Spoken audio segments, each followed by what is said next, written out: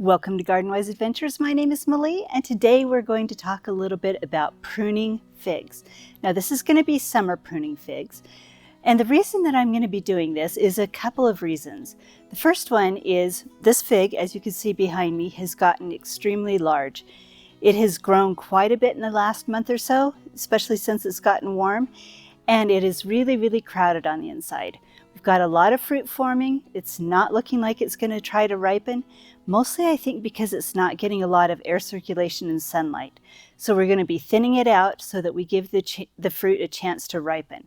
The other reason is because later in the year, when I need to cut my fig back so that I can fit it into a cage, so that I can protect it over the winter, I don't want to have to cut it back as much as I did last year. Last year, I waited all the way through until it was time to protect it, and then I cut it back, and that was around late October.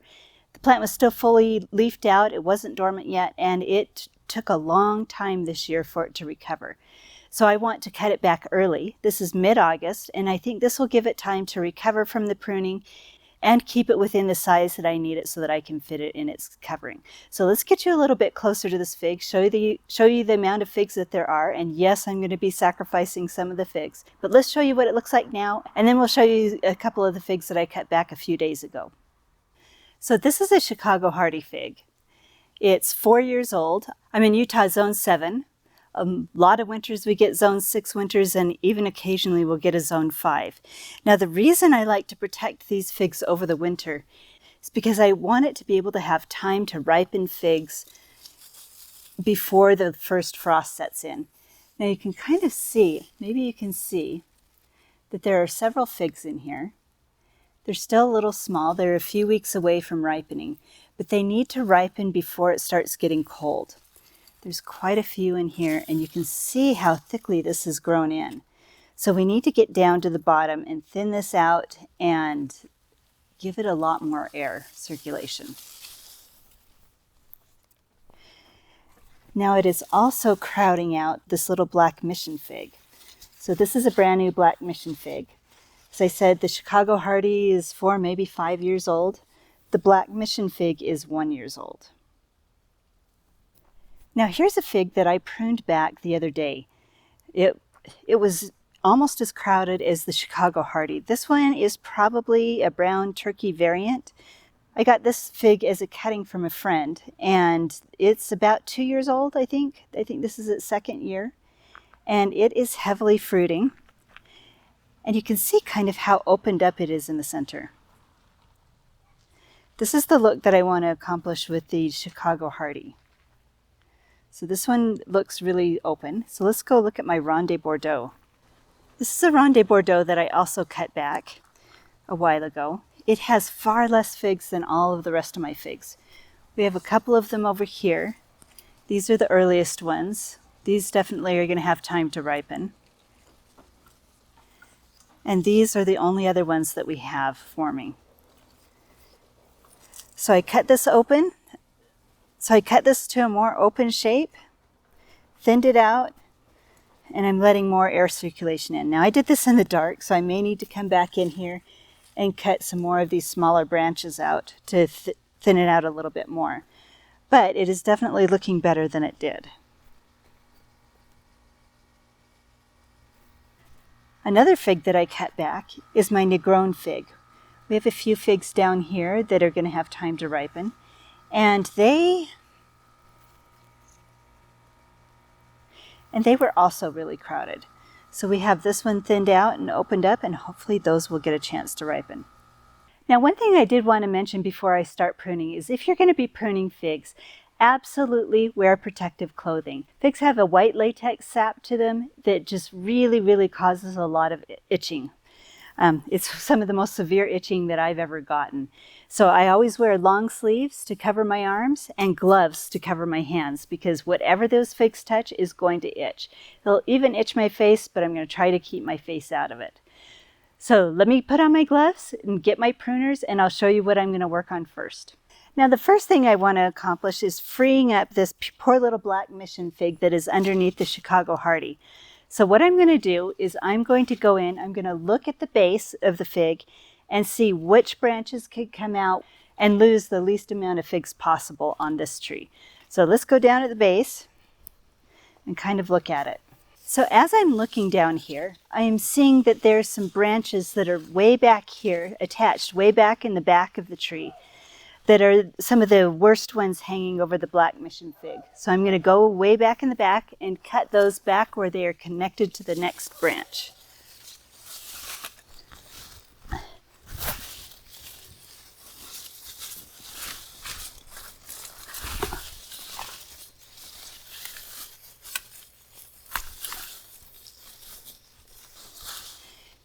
Now there are some more branches that are lying on the ground, so we're going to cut those back. Get those ones that are lying on the ground off the ground.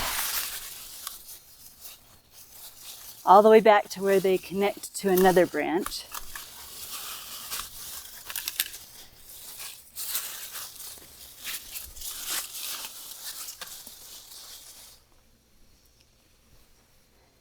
Now you can kind of see what I've tried to accomplish under here. There's a lot more down here that can be taken out. So let's take some of these out that are attached way down here at the bottom and see how much we can open up the inside of the tree. My black mission fig is already looking a lot better.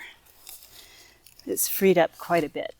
But I'm going to go deep inside the tree and get some of the ones that are pointing to the inside and take those just out. That was a big one.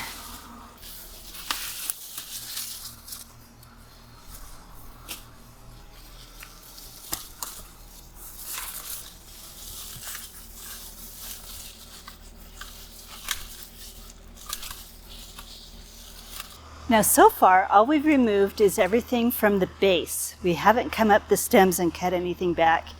And you can already see how much more this has opened up.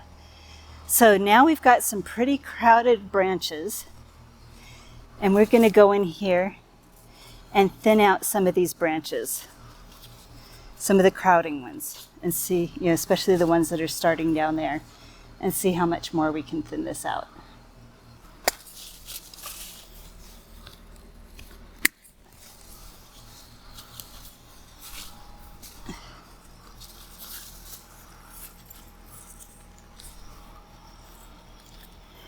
I'm going to go in and I'm going to take out the smallest branches first, because hopefully that way I'll lose the least amount of figs.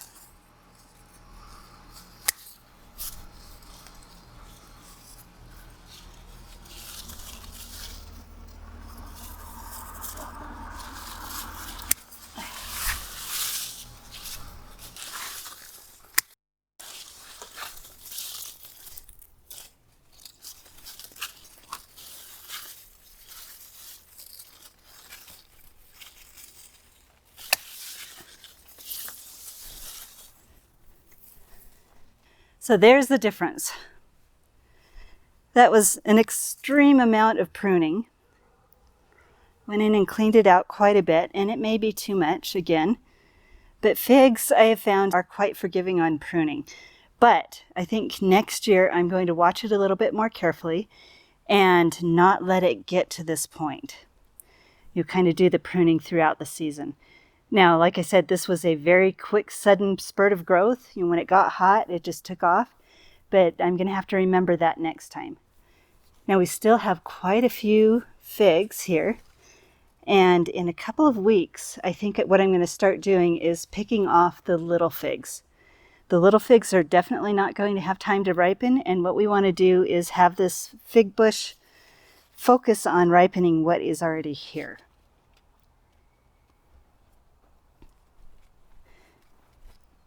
And now my little black mission definitely has more room to grow.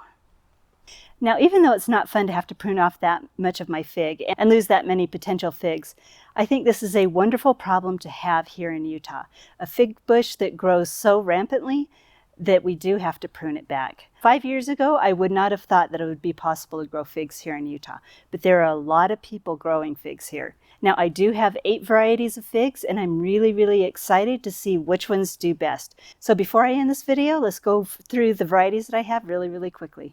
Now, as we mentioned, this is a Chicago Hardy. one of the hardiest figs there is out here, and it doesn't need winter protection to survive. It will come back from the roots even if it dies back to the ground.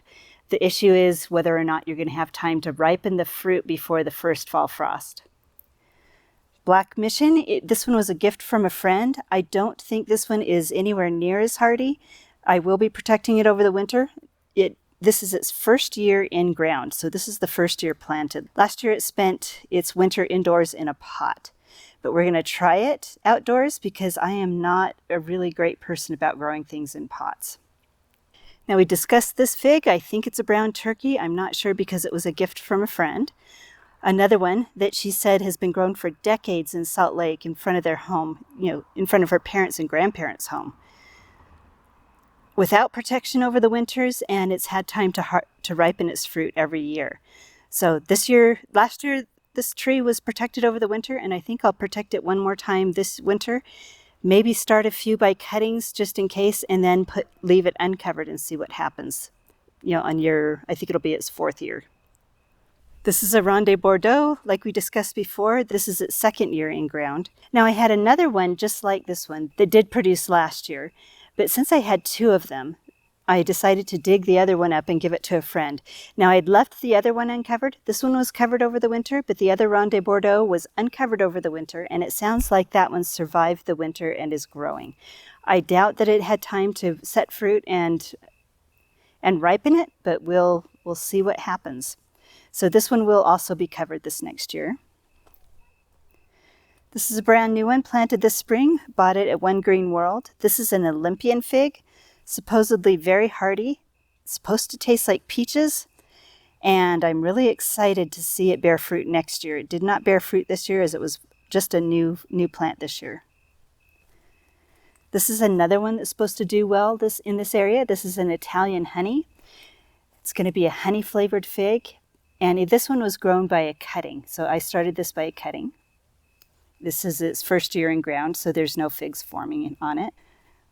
We talked about the Negronne. This is its 3rd year in ground. It had a very, very slow start. It struggled to get settled, but it looks like it's doing really well this year.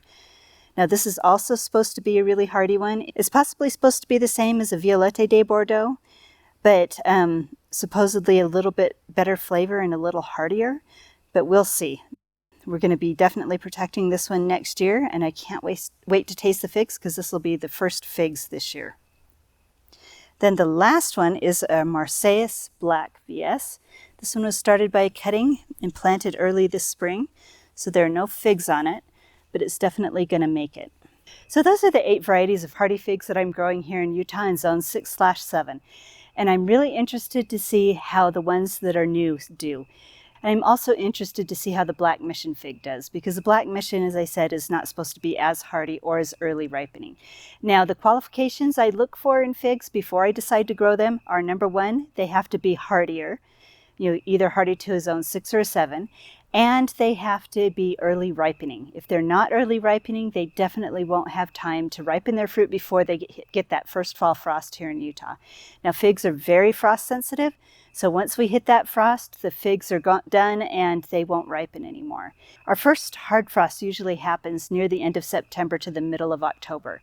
Sometimes in October, like mid-October, we'll get temperatures down in the teens. That is definitely something that's going to stop the production in the figs. So they have to be able to ripen by mid-September at the very latest. Now, if you're in a cold area, I would love to hear the types of figs that you grow, especially if you live here in Utah. What kind of figs are you growing? What success have you seen? So hopefully this video has been helpful for you. If this video has been helpful, I hope you like and subscribe, share it with your friends, and go have a wonderful garden adventure.